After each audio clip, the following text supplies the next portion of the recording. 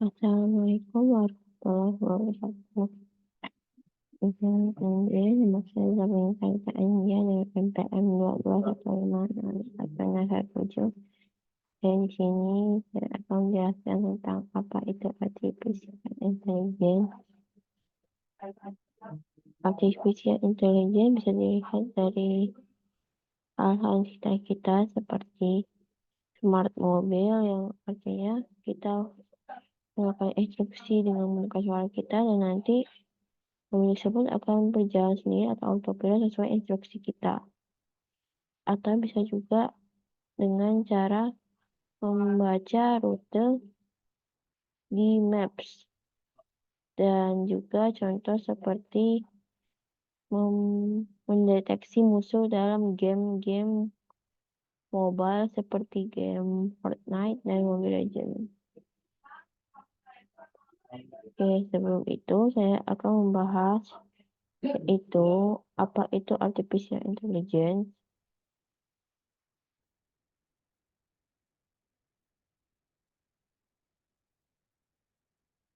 Artificial intelligence adalah sistem yang bisa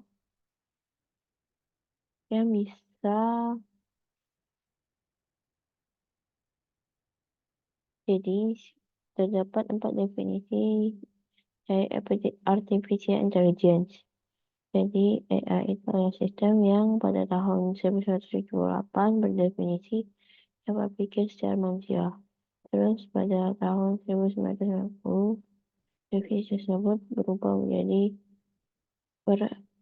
berperilaku seperti manusia dan pada tahun 1992 definisi tersebut berubah menjadi berpikir secara rasional dan pada tahun 1998 definisinya berubah menjadi berperilaku secara rasional. Jadi sistem AI itu adalah sistem yang bisa berpikir dan berperilaku secara rasional tanpa melibatkan perasaan seperti manusia. Pada sistem AI terdapat 4 teknik yaitu searching, reasoning, planning, dan learning. Pada searching tersebut dibagi lagi menjadi klasifikasi seperti berikut. Ada blind search, ada heuristic search, dan probabilistic search. Pada reasoning dibagi lagi terdapat rule-based, case-based, fuzzy, dan uncertainty. Pada planning terdapat goal-stack planning, constraint posting. Pada learning terdapat supervised learning, unsupervised learning, dan reinforcement learning. Jadi pada searching di sini searching itu adalah teknik untuk menemukan langkah sistematis untuk mencapai suatu goals. Seperti contohnya pada map di sini, goalsnya yaitu kita mau mencari alamat suatu tempat. Maka terdapat langkah-langkah sistematis yang harus dilakukan untuk mencapai tempat alamat tersebut. Seperti pada maps. Terus, reasoning adalah teknik untuk menarik kesimpulan berdasarkan fakta-fakta yang ada. Seperti pada aplikasi sistem bakal diagnosis obat dan penyakit jagung ini, kita harus mengisi form diagnosis gejala-gejala apa saja yang terdapat pada jagung tersebut, yang maka akan dideteksi penyakit apa yang terjadi pada jagung tersebut. Contoh misalnya di sini, aplikasi ini, dan di sini terbahas diagnosanya dan ternyata penyakit tersebut adalah penyakit gulai. Planning adalah mendekomposisi masalah kompleks dalam sejumlah operasi sederhana. Contohnya saat menaik elevator.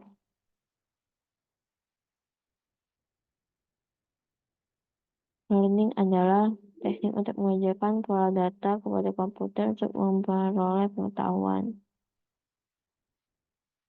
Dan di sini, sistem akan mempelajari muka manusia. Kemudian setelah sistem dibuat dengan data muka manusia tersebut, sistem bisa mendeteksi muka manusia tersebut sehingga terdapat sistem face scanning untuk mendeteksi wajah manusia seperti contohnya pada HP-HP pada saat ini. Oke, seperti itulah pengertian dari artificial intelligence. Kita lanjut pada video yang kedua, yaitu konsep ruang keadaan.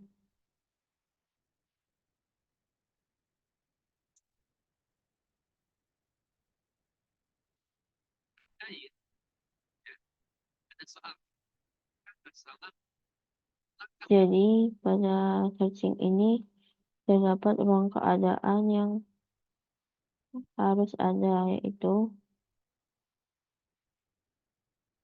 ruang keadaan adalah suatu keadaan yang terdapat keadaan awal atau poin awalnya dan keadaan akhirnya atau poin tujuannya, dan usaha apa yang bisa dilakukan agar mencapai suatu goals atau tujuan tersebut yang bisa disebut operator.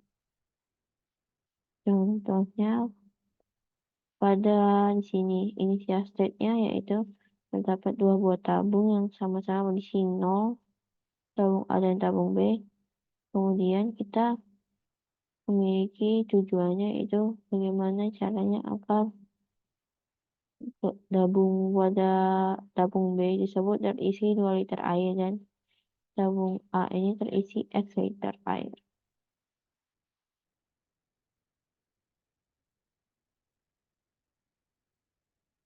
Ini terdapat operator-operatornya, itu cara yang pertama kita isi penuh ember A dan isi penuh ember B.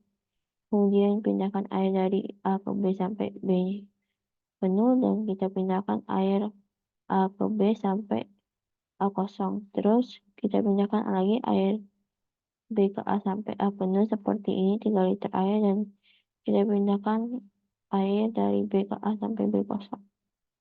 Dari operator-operator tersebut kita menemukan langkahnya yaitu yang pertama kita isi penuh ember B, yang kedua itu pindahkan air B ke A sampai B kosong,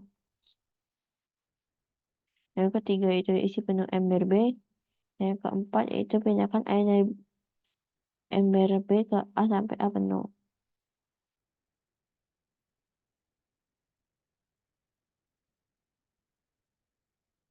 Bisa di sini.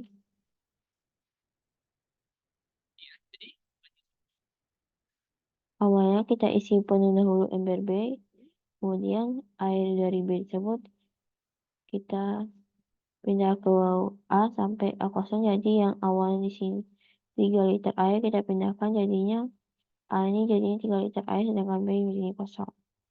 Terus kita isi lagi ember B jadinya 3 liter air, kemudian kita pindahkan air B ke A sampai A penuh, jadinya air di A tersebut 4 liter karena sudah penuh, dan air di B tersebut ada 2 liter.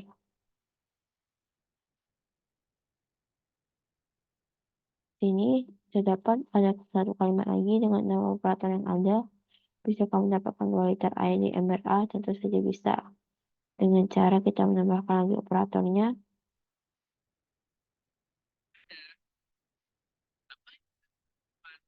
Seperti operator buang semua air dari A dan buang semua air dari B. Kemudian kita menambahkan langkah-langkahnya lagi, yaitu yang dari awalnya di sini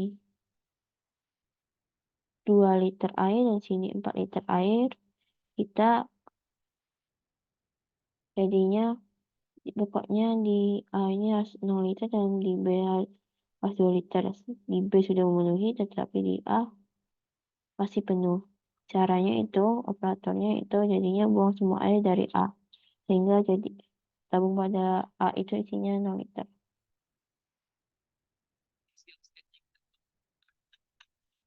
Jadi kesimpulannya operator itu harus lengkap.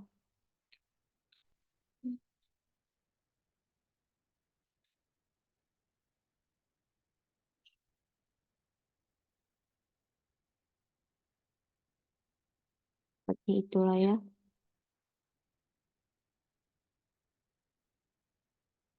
Terus kita cari lagi contoh yang kedua, yaitu pada case sering kita lihat, yaitu petani sayur, domba, dan serigala.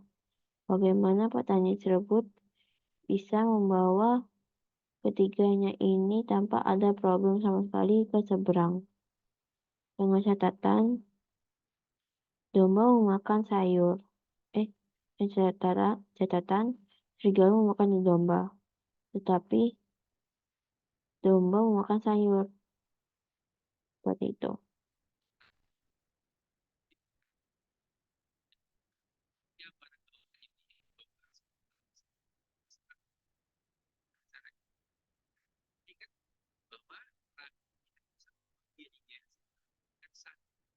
Jadi dengan aturan pada perahu ini hanya bisa membawa satu angkutan atau satu hewan seperti itu.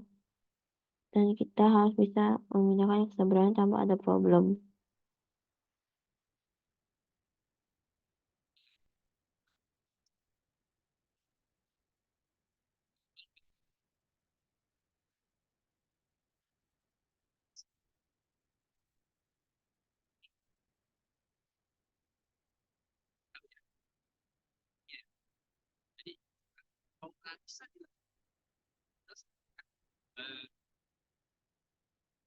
Lagi petani dan dombanya, ya, mereka kan ya, langkah-langkahnya bisa banyak.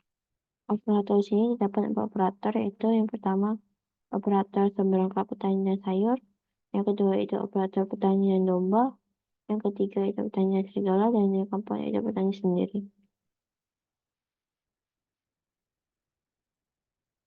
Langkah-langkahnya yaitu petani membawa domba terlebih dahulu ke sini. Terus kemudian langkah yang kedua yaitu setelah domba dipindah ke sini, tinggal tersisa sayur dan serigala. Serigala kan nggak makan sayur. Kemudian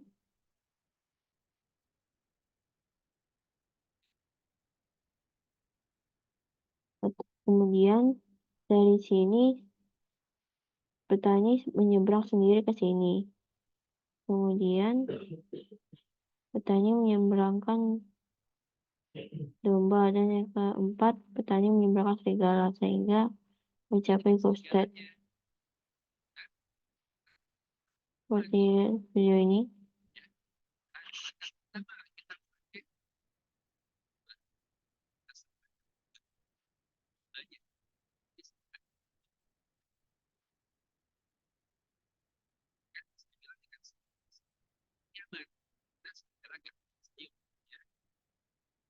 Oke, berikutnya kata petani ada di sebelah kanan. Jadi sekarang berikutnya kita gunakan program sayur, ya. Sayur serigala yang dan sebelah kanan ini ada sayur dan domba bersamaan, tapi dia aman ya, karena apa? Karena petaninya gitu. Nanti kalau petani yang pulang sendirian, ya, makanya sekarang kita nggak pakai umpan, tapi kita pakai apa? Banyak gitu ya. Kemudian setelah petani menyeberangkan sayur, petani membawa domba ke sini. Karena saya tidak bisa tinggalkan dengan domba begitu saja.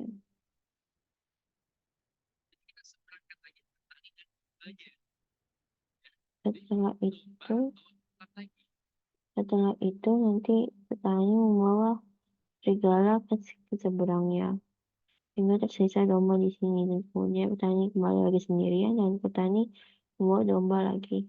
Seperti bisa lihat di video.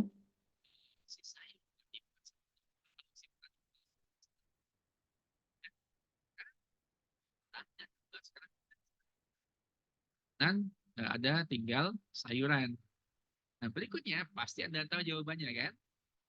Kita pakai operator nomor 3. Sekarang kita pindahkan petani dengan serigalanya. Dari sebelah kanan, Karena tinggal domba, aman nih. Serigala ditinggal sama saya tidak apa-apa, aman ya. Dipakai apa? Petani pindah sebelah kiri lagi dan kita ternyata dua ya setelah nanti dan selesai. Sehingga dalam mencapai poster seperti ini. Seperti itulah ruang keadaan pada teknik searching. Selanjutnya kita lanjut ke video 3 itu brain search.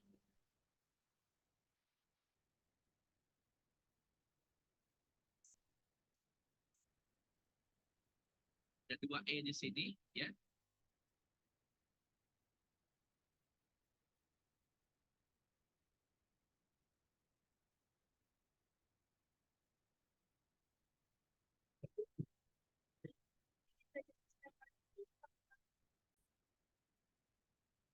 Kita lanjut ke brain search.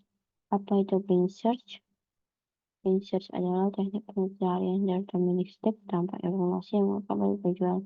Yang artinya kita mencari suatu hal tetapi tanpa informasi tertentu.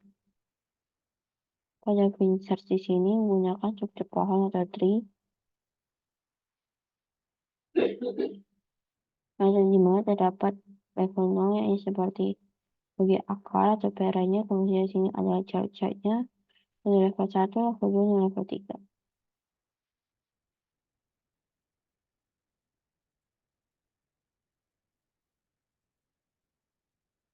Dari beda. Jadi kita mulai buka dari sebelah kiri lagi. B kita buka, di sana ada cabang D.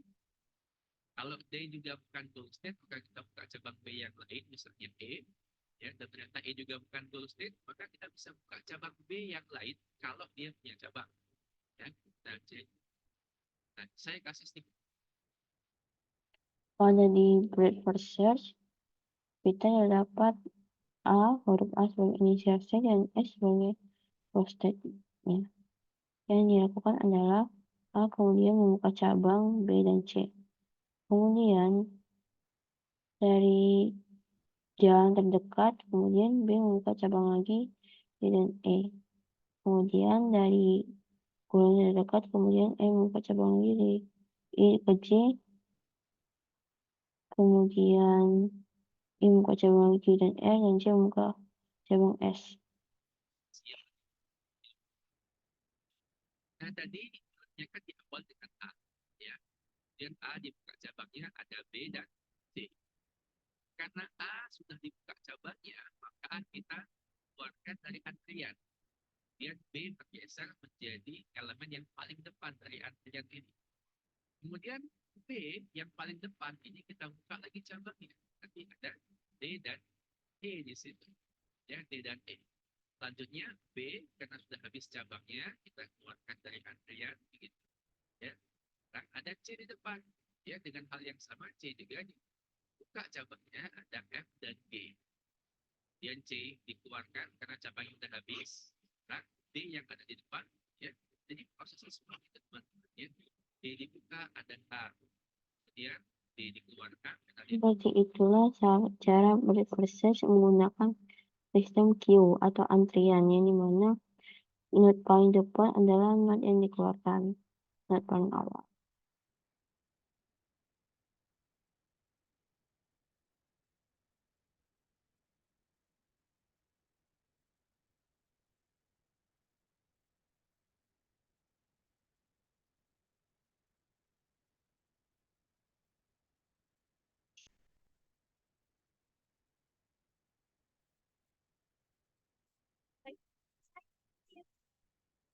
Ya. Kemudian terdapat depth first search, yaitu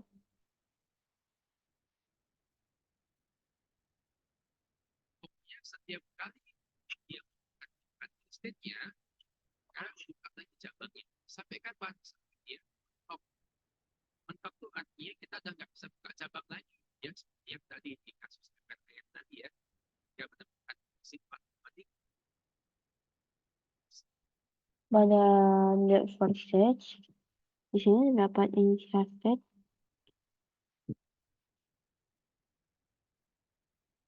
kemudian membuka cabang lagi yaitu B.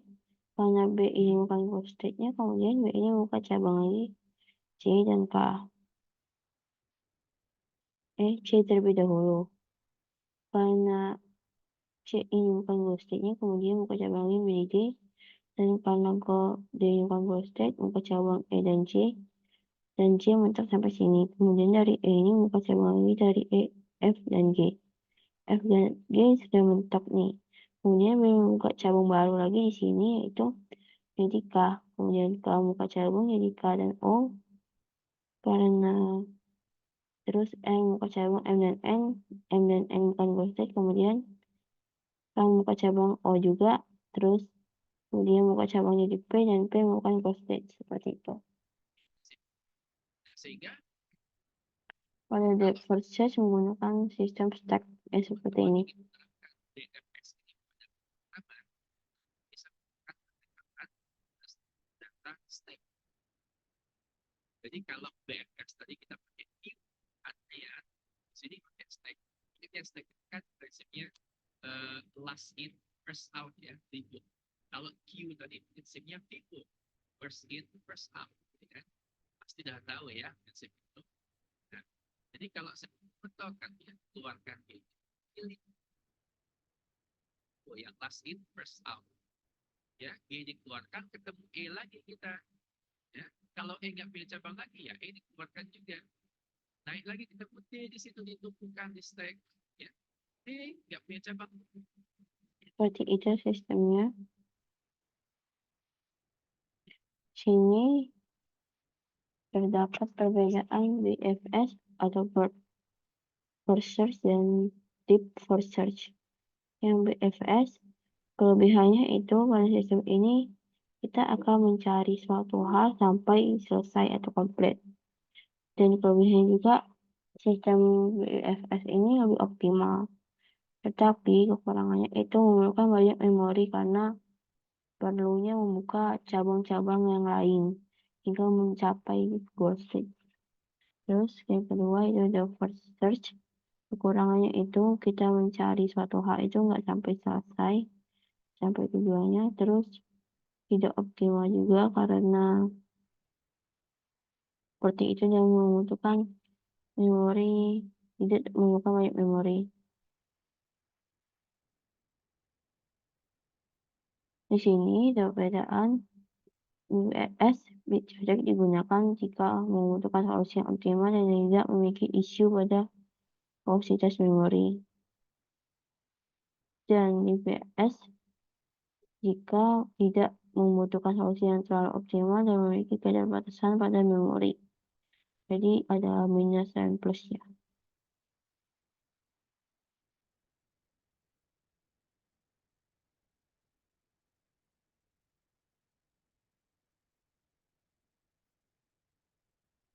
Kita masuk ke Uniform Cost Search.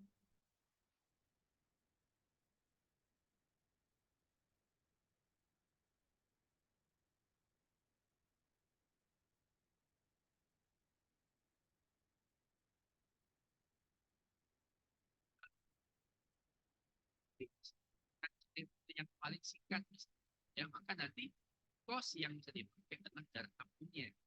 Kita mencari jarak tempuh yang paling minimal. Atau bisa jadi cost itu berupa waktu tempuh. Ya, mungkin ini pelaksanaan benar. Ya, ada B di situ, ya, jarak tempuh 9. Karena B ini adalah node baru, maka B lihat di bawah. Ya. B kita masukkan ke Jadi pada Uniform Cost Search ini terbaca pada biaya perpindahan state-nya yang mana state mana yang jarak antar state mana yang lebih singkat, lebih pendek. bawah dia.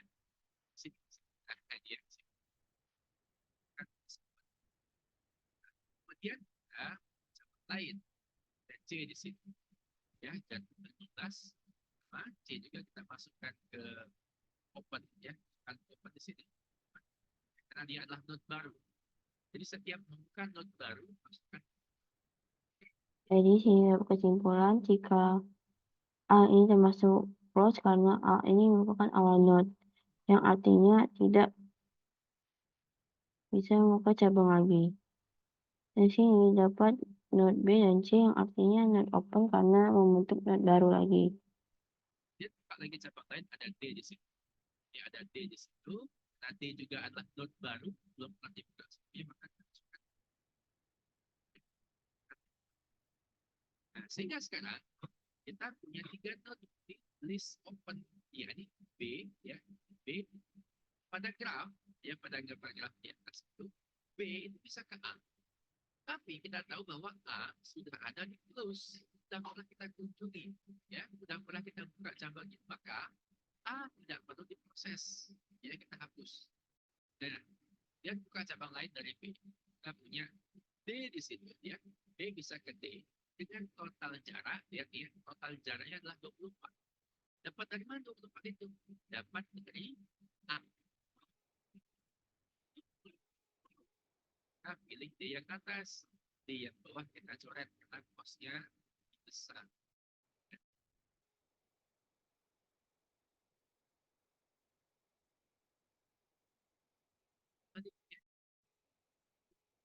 Jadi pada UCS atau Uniform Cost Search berpacu pada biaya perpindahan state-nya, di mana sini dapat inisial state-nya. Kita akan mencari jarak mana dan tempuh mana yang lebih pendek. Posisi lihat sini, A ini karena awal dan kalau dikunjungi maka termasuk ke node yang close. Terus kita melakukan node baru lagi, B, C, D, dan nanti akan masuk ke oven.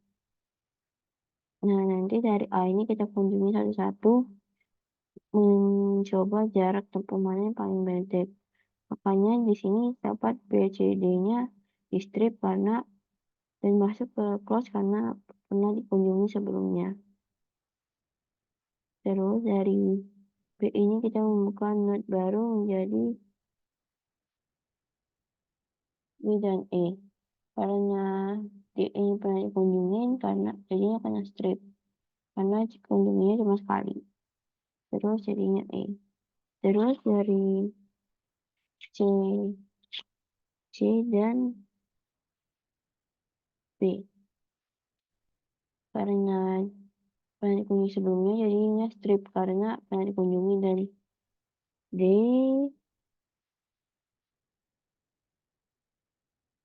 E dan B karena punya dikunjungi sebelumnya maka masuk ke node close. Maka di sini bisa dilihat jarak tempuh mana paling pendek. Dilihat dari A ke B, A ke C, A ke D lebih pendek A ke B. Jadi cuma 9. Terus dari B ini jarak tempuh mana yang lebih pendek 24, 22, 28, 40, 30, 36. Jadi di sini angka yang paling kecil itu jarak tempuhnya 22. Makanya B ke E. Kemudian dari E ini E ke F jarak tempuhnya cuma 32. Makanya jadinya seperti ini sistem UCS. Dari apa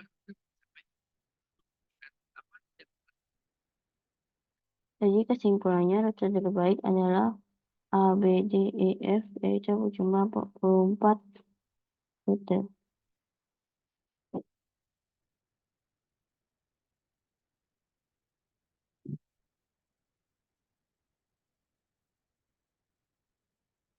Jadi kesimpulan dari video ini adalah UFS, DFS, dan UCS adalah contoh algoritma dari Blind Search.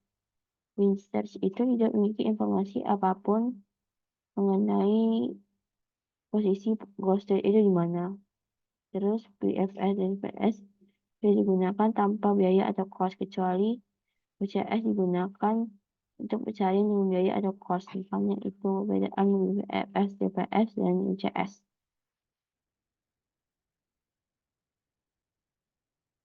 Sekian video presentasi dari saya mengucapkan wabillahi pendengar dan salam kata saya akhiri. Wabillahi taufiq wal hidayah. Wassalamualaikum warahmatullahi wabarakatuh. Terima kasih.